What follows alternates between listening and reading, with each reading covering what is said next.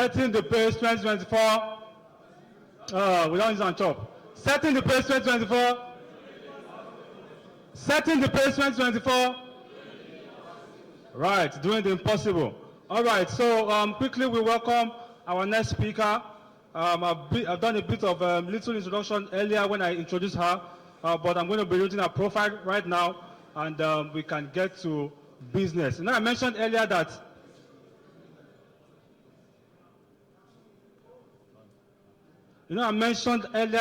today you are in for a balanced diet. Have we not been filled so far? We have eaten physical food, we have eaten academic food, we have eaten professional food, we have eaten career food. It's only spiritual food we have not eaten. You understand? All right. So, Mrs. Omolara Yeku will be speaking to us this evening on career mapping. Career mapping, the ultimate solution to professional development. So, Mrs. Omolara Yeku is a global HR leader. She's an executive coach, mentor, international speaker, design thinking expert, and author who is well recognized for her intense, innovative contributions to the current trends and practices in the evolution of human resources management in Nigeria. Mrs. Lara is currently a divisional director and is head of HR full division at Flour Mills of Nigeria PLC. As a highly respected HR thought leader, she has won several awards, including 2019 Talent Management Strategist, 100 Women B2B Thought Leadership, and second LinkedIn Top 10 Women Thought Leaders to follow in 2020. 40 HR leaders in 2022 to follow in Nigeria by People Home. She is a member of the International Coaching Federation ICF, USA, and a Strength Corp and with Gallup Strength International USA. Recently completed an executive education with Yale School of Management. That's huge. All right.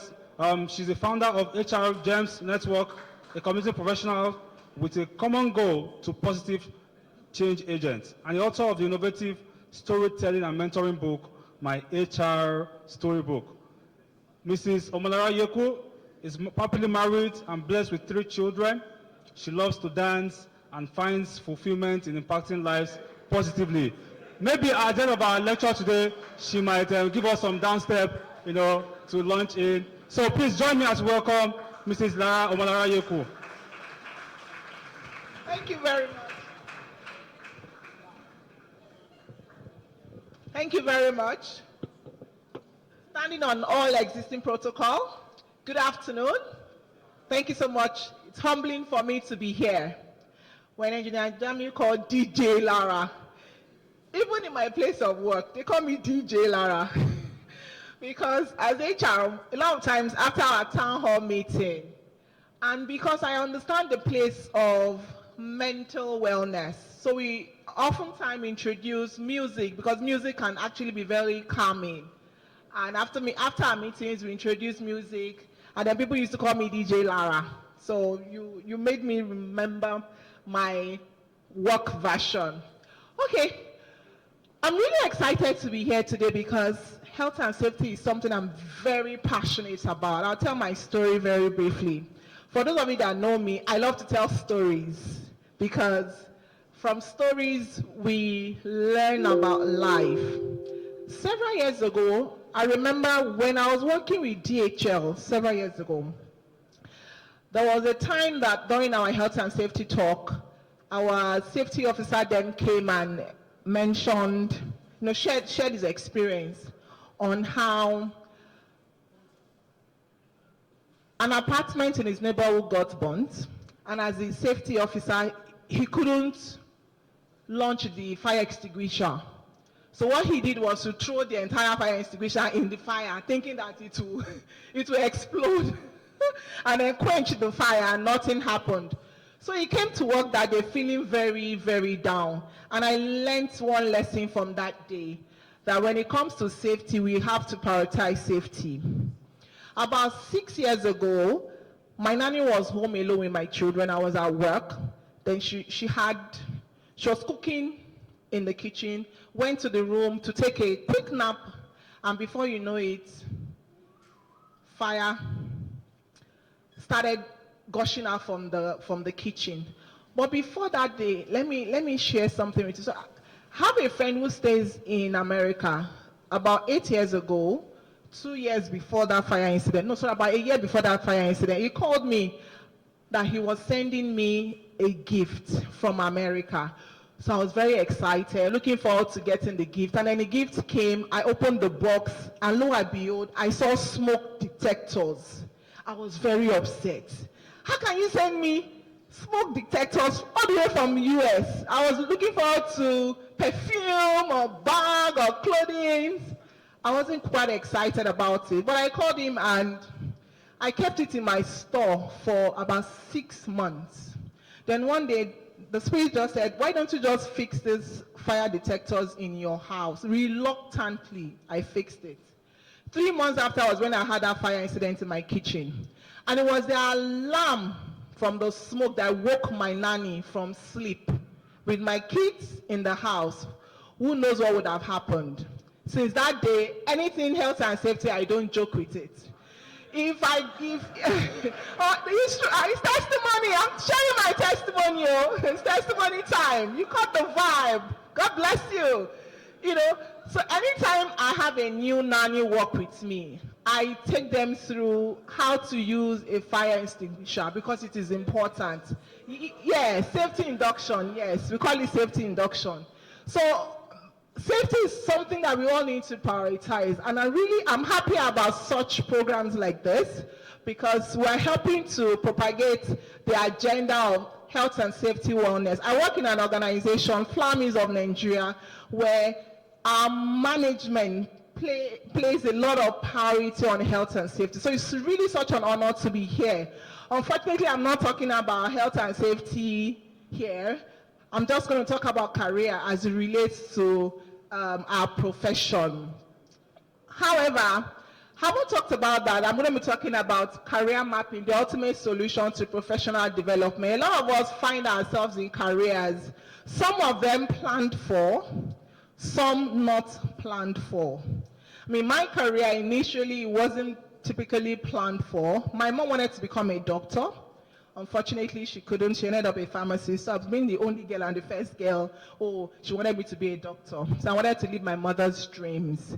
And afterwards, okay, I wanted to be a good girl. I love my mom. I wanted to study medicine, but JAM kept jamming me. Hell, I think I wrote JAM about 3 times or so.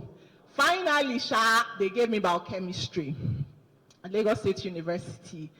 And I realized, okay, let me manage it because I wanted to live my mom's dreams. After a while, I worked in Cadbury in the medical department. And after a while, I got really tired. I got bored with, just having to mix chemicals and all of those. And I wanted HR. So that was my first exposure to HR. However, after NYSC, because I served in Cadbury, I was home for a couple of months. There was no HR job. I started the CIPM certification just to prep myself for HR job. And then I finally got one job after about 8 months. And it was an admin role, admin officer job, even though that was not what I wanted. But I was very clear what career I wanted. So I took the admin job role with the mindset that I would go and learn HR. I was in the organization, did my job very well, excellently well, and then I'll go to HR department. Oh guys, hello, I'm interested in HR. Can I learn? Do you have anything I can help or support you with? And that way, HR department, I built friendship with them, and I was helping them in recruitment. A couple of months afterwards, there was vacancy in HR, and guess who they transferred? Myself. And 18 years counting, I've done nothing but HR in different organizations. So I'm going to be calling out a couple of tips in terms of what can help us in mapping our career. Because a lot of times we so desire certain profession, and you might be in a career where you want to cross to another career, or you might also be in your profession but really want to grow. We all aspire to become industry icon, like Engineer Jami, our Jagaban. We all want to be Jagaban in our profession, but it takes a lot of work. It takes a lot of dedication, it takes a lot of passion, it takes a lot of commitment. So today, I'm just going to share with you very quickly what we need to do differently in accelerating our career as we set the pace. What is the way forward? What are we going to be doing differently? Very briefly, I'll talk about the concept of career mapping, the benefits, and then some steps that we can take. And I'm really hoping that we can have Q&A session at the end of the day.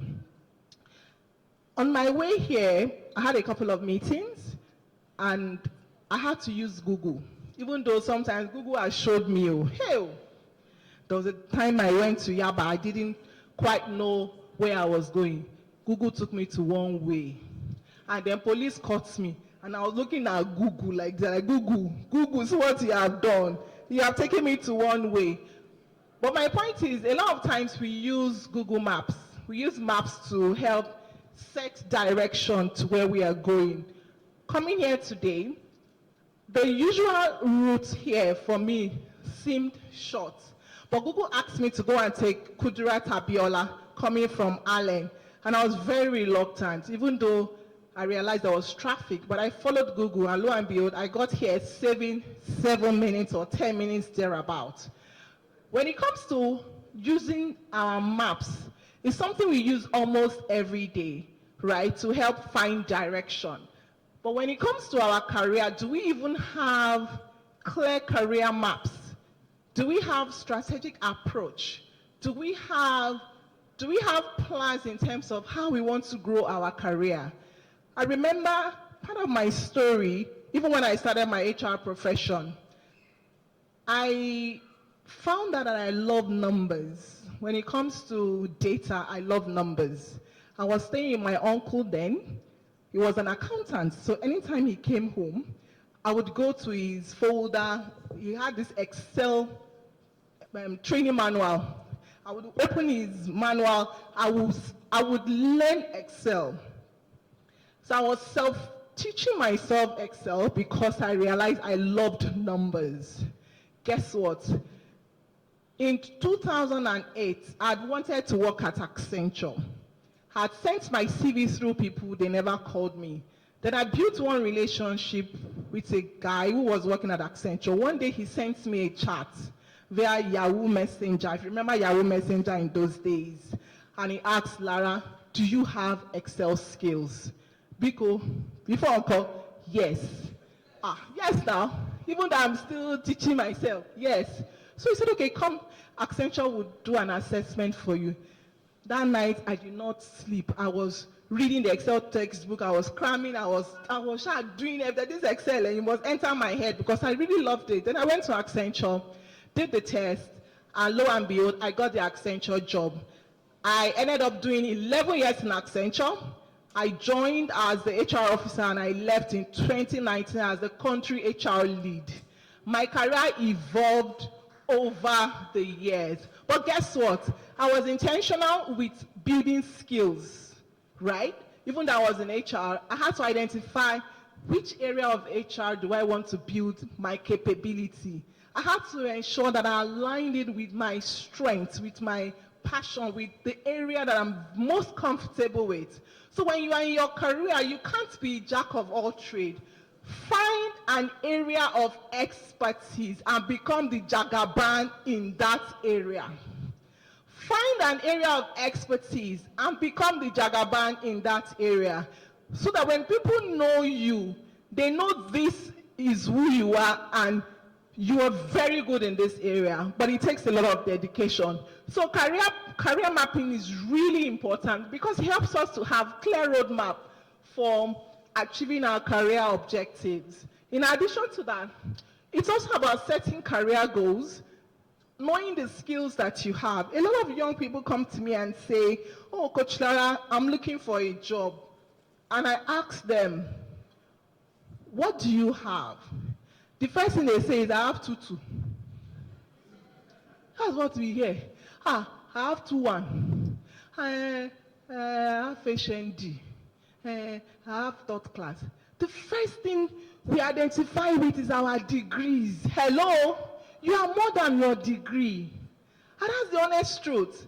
But we have so cloned ourselves with the label of our degree because society says, oh, if you have 2-1, you have more chance of getting a job. If you have 2-2, you have lesser chance of getting a job. No, that is not who you are. It should start from knowing who you are. A lot of young people don't really know who they are.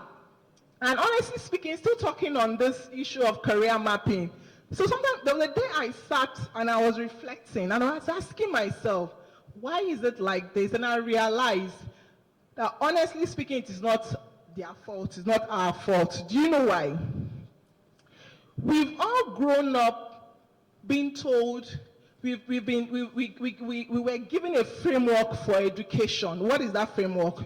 You start from primary school, you know your 6334, the 6334 model, you're very clear, you follow through, you do your Beckett, junior WAEC, from there you do your WAEC, you do your NECO, you are very clear, you have to have your WAEC, your GC, you have to do JAM and meet a SAT. So it's very clear. That process of your growth from an educational point of view is clearly defined. You go to school, university, study a course, 4 years, 5 years engineering or medical, so it's defined. And then you come out of university and then nothing is defined for you. Sorry? Is redefined. Yes. You have to now redefine, and you graduate and the next month you're like, job market, job hunting. It's time to start looking for a job. Nothing is defined for you. And at that point is where I beg to apply. Can I do this? Can I do that? Oh, I get all sorts. It has to come to a time where we are setting the pace in redefining, like my brother said, God bless you for that. Redefine your career for yourself. And I tell people now that the world we are in, there's so many interesting career paths. Who says that your career, you have to find a job? When somebody is influencing building skills on TikTok. I remember watching Kiki. We know Kiki on Instagram. That's the reality now. I remember watching her return to her school. She went to Bowen University. Her mom was like, president was coming. The celebration was massive. I looked at that video and I was asking myself, what is Kiki doing differently from everyone? What is she doing differently? So we need to get to a point where we are clear what we want for ourselves and we are mapping it out. Now that takes a lot of process. Very quickly, okay, this is not moving. Next slide, please. All right, thank you. When we talk about career mapping, I mean, there's a whole lot of benefit to it. There's a whole lot, from gaining clarity, starting from who you are, what you're really good at, to focusing on what works for you. Several years ago, while I was working at a consulting HR firm, I got a job with a bank. I knew banking was not for me. They were going to double my pay. They weren't just going to double my pay. I was working at an organization that they were not really paying salary because clients were not paying on time. But I knew that was not for me. I did not take that job. Sometimes you take certain jobs to learn, and for the moment, it depends on what works for you. So you need to stay focused on what you want for yourself. Motivation and discipline really goes a long way. A lot of times you find yourself in certain jobs and you're wondering, what is this all about for me? When I started my admin role, it was not what I wanted, but I gave it my all and I was determined to take learnings from that admin role, and from there I progressed. So very quickly, as I round up, next slide, I'm going to walk us very quickly through steps to mapping a career. Like I mentioned, it starts from knowing who you are. What are you really good at? What are your strengths, right? What are your capabilities? Understanding your weakness is also important. What are you not so really good at? What are those things that stresses you out when you even try to do it? What are your interests and what are your values? In addition to that, you also need to define a short-term goal and long-term goal. If your strength is in communication, just for instance, what are the kind of careers that you can do? Even in what you're doing now, you can bring it to bear. One of my strengths in my career, like I mentioned, in addition to loving numbers, is also creativity. I'm very creative. So when I send out communication, I put a lot of graphics and creativity into it. I remember some years ago, my daughter, I think she was 8 years old then. She came home one day excited and she said to me, Mommy, see my presentation at work. I was a consultant. The presentation she did, I was wow. That's like, 8 years old girl, you're doing this kind of presentation. Then I said to myself, you have to up your game as a mother. If me and my daughter we are doing slides and it's looking like, and our own is even getting better than my own. I said no. So I went to learn Powtoons, cartoon and animation, because I wanted to continue to upgrade myself. And one day we are working in my former organization and we needed a particular communication. I mean, when HR sends communication out, there are some people, they just junk it. HR has come with their email. But with my skill in Powtoon and animation, we changed the communication approach. And guess what? We started getting responses from people. So there might be that skill that you can bring to work that would really set you apart. Do a lot of research. A lot of people send me messages, I need a job, and I'm asking, have you researched on certain areas that you're interested in? And you hear, no, what do I do? No, we need to feel free to make research in the line of your career, passion, or profession. Because what that does is it keeps you abreast of trends and it also makes you plan ahead as well. When I started my career, like I mentioned, with Excel skills, then I was assigned as a payroll officer because I had Excel skills. I did payroll for about 2 years and I said to myself, I need to take my Excel skill to another level. From there, I started learning analytics. So I do analytics now. From analytics to compensation, and right now, I do a whole lot around data visualization, analytics, moving it to business intelligence and insight, just from one particular skill. So we need to learn to take our skill and competencies to the next level. Skill development is critical. We're in an age and time now where it's no longer about job roles, but rather it's about your skill. What can you bring to the table? It's about your skill, it's about your capability, it's about your knowledge, it's about your expertise. Knowledge can be functional knowledge or behavioral knowledge as well. So it's also about your behavior, which speaks to the soft skills, your leadership skills, your communication skills, your interpersonal skills. All of those things really matter in the new world of work. You can never leave out the place of networking. Network, network, network. Referrals come from people that know you. And when people refer you, you have higher chance of getting a job than just applying. So networking is really, really critical. And when you are going to build network, please, there's also a strategy around networking. You don't just buck people up because you now have their number. You have to come from a place of value. Because you cannot just be, I mean, I get a lot of chats, and I read it sometimes, I'm like, God, hell, if I say the way he's doing me to this person online, no, I'll just ignore and move on. But at the same time, I get some people reach out to me on LinkedIn, and I'm just amazed. I have a lot of LinkedIn friends that I've met, some that I've referred, I don't even know them, but just because of the way they had presented themselves and the value. Sometimes people reach out to me and say, are you on any project? I want to volunteer. I have people volunteer to work with me that I've never met them. We just work together virtually. So bring value to your networking relationship. Adapt and adjust, very critical. Understand the economy and industry trends. I already mentioned that. Then define your career option in line with problems you can solve. Your skill, your talent, your gift is to solve a problem. You need to identify that problem. When we seek job opportunities, it's not just about what you can do, but it's the value. And when you talk about value, you're talking about the skill you bring to bear. You're talking about the experience. You're talking about what you can do differently in that organization to bring results. Then, of course, setting goals is really important. A lot of times I ask people, do you review your career goals on a monthly basis? I do that every month. What I want from my career, the books I have to read, the research I have to make, the connections I have to do, all of those is really important because you are a sum total of what you do on a daily basis. You are a sum total of what you do on a daily basis. So it's really important to be intentional in terms of how you live on a daily basis in achieving your expected results. Next slide. Okay. Can we see the screen clearly?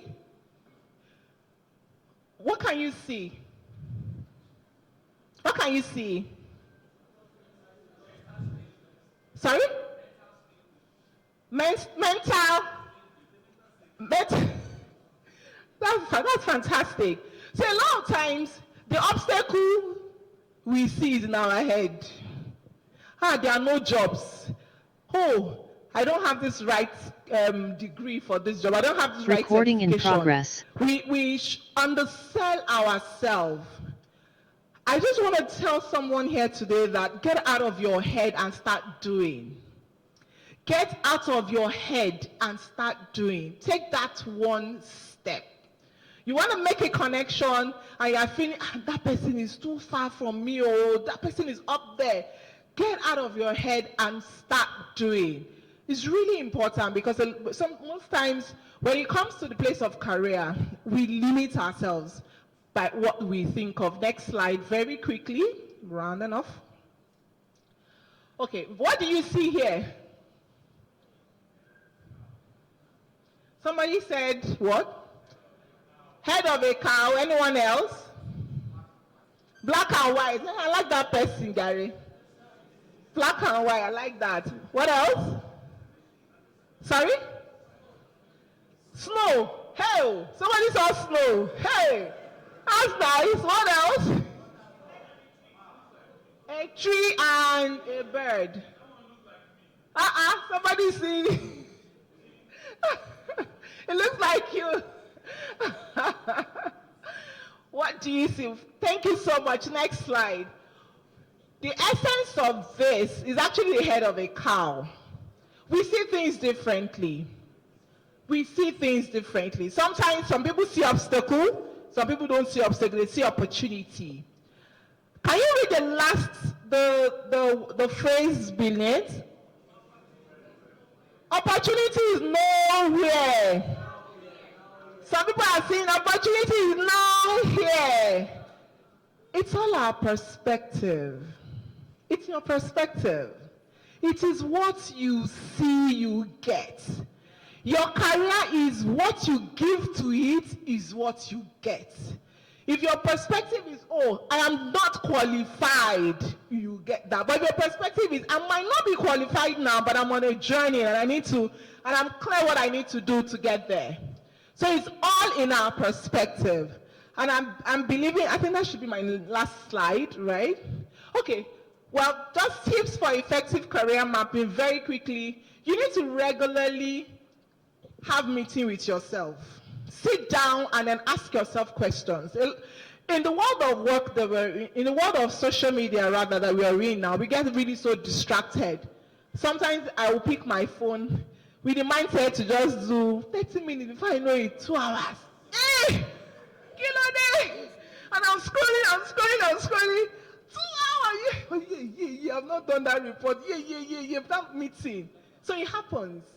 But I've learned to take away social media, then sit with myself and ask myself questions. Okay, Lara, what do you want to do now? What's next? What are the projects you want to work on? What are the skills you want to build? And all of those. So I am very intentional with spending time with yourself. What that does for you, honestly, it helps you to have that moment of reflection where you can call out some things that typically you will not pay attention to. So let's try and spend time with ourselves more. Seek feedback and mentorship from experienced professionals. People who have gone ahead of you. Please, it's really important. I'm someone who have benefited from mentoring a lot, but I suffered. That's the honest truth. Yeah, Gabby. There was this my mentor then, Inikoyi. I'll use my lunch period to go to her office to book an appointment with her. I'll wait 4 hours. I'll be sending message to the office. I'm coming. I'm running late. 4 hours. Then she come back from the meeting. Lara, hey, Pele, I'm so sorry. Okay. Hey, I have 10 minutes. What do you want to say? 4 hours for 10 minutes mentoring session. Yeah. Okay, ma. Okay. I'll take this. We'll talk to you later. She was extremely busy. It's not her fault, and that's the honest truth. She was extremely busy, and then, so I grew my career yearning and suffering, meeting, getting time here, getting time there. There was even no social media per se like we have now, and then it was now my turn. I became a mentor. I became a mentor. People started reaching out to me. Okay, we schedule time. Before you know it, I'll cancel. Let's reschedule. What they did to me, I started doing it.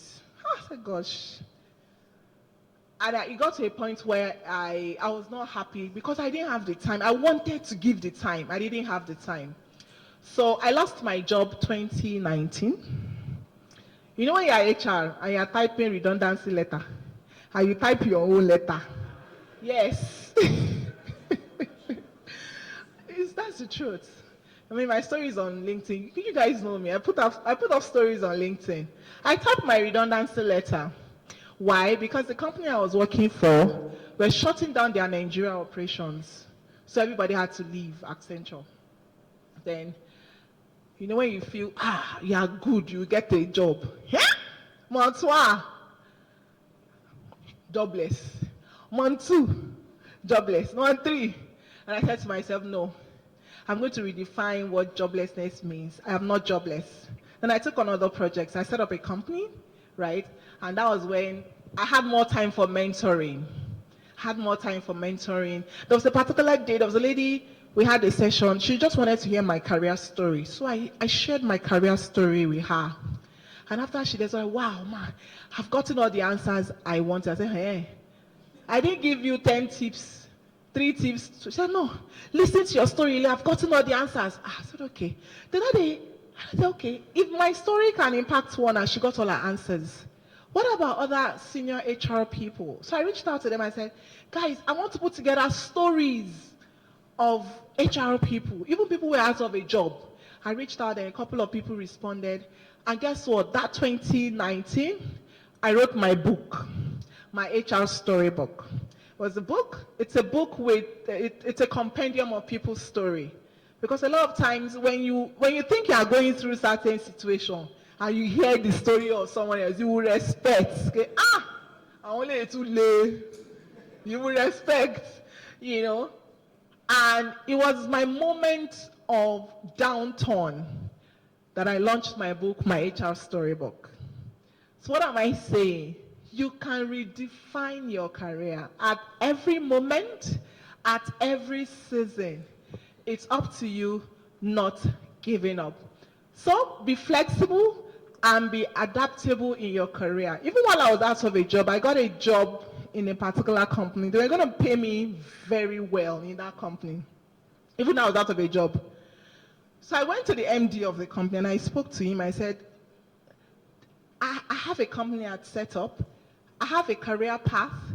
I do speaking engagements. I do mentoring. I do other things. And the MD said, no. Once you work with us, you can't do all those things. I said, okay. thank you, sir. Please take your letter. I turned down that job because it was not aligned with my career purpose. I had gotten to a point where I was very clear what my career was all about. And if it was taking a job that would not allow me to live career in a fulfilling way, please take your job. I went back to the job market. I was out of a job for a couple of additional months until Flower Mills of Nigeria came. And I used to tell my story on how I got Flower Mills' job. I did not apply.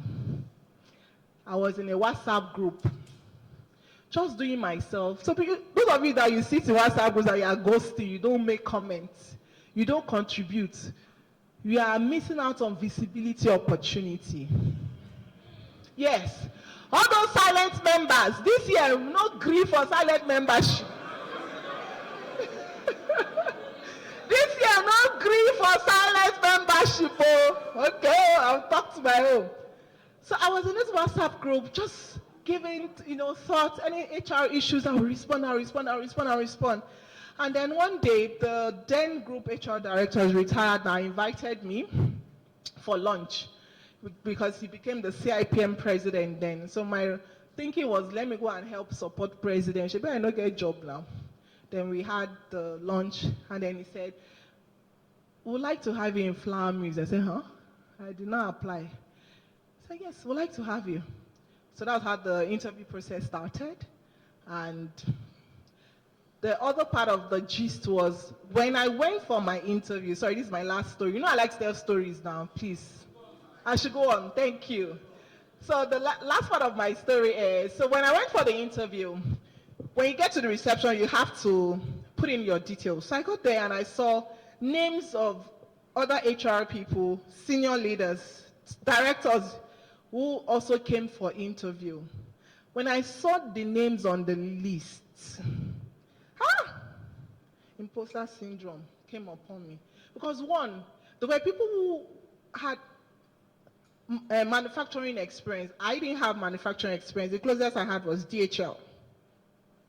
And there were directors. I was leading a multinational with office in Nigeria. So I said to myself, I might not be qualified for this job. What do I have that can make a difference? So I went into the interview with the MD of our food division. And we interviewed, and I said something to him. I said, Devlin, I've got two things that will stand me out in this role. He said, what was it? He said, one, I am a trained executive coach. I'm a certified coach. You're not just going to hire an HR leader, but you're getting a coach who's going to coach your leadership, and you need coach. Then two, I'm a design thinking expert, where I bring innovation into solving problems. Guys, I got the job. I was the least qualified, but what stood me out is my understanding of myself, what I have. So I will close that as you map your career, as you set the pace, way forward, what is your unique selling point? Thank you so much. Thank you so much. My time is out. My time was actually reduced, so thank you so much. I should continue the story. Thank you. Because of time, so I put together a couple of career areas that can just help you think through your current skills, expertise, and what area you might be good at. But while you send the material to everyone. Thank you so much, everyone. The final note is I have my HR storybook at the back, discounted for today, just 2,500 naira.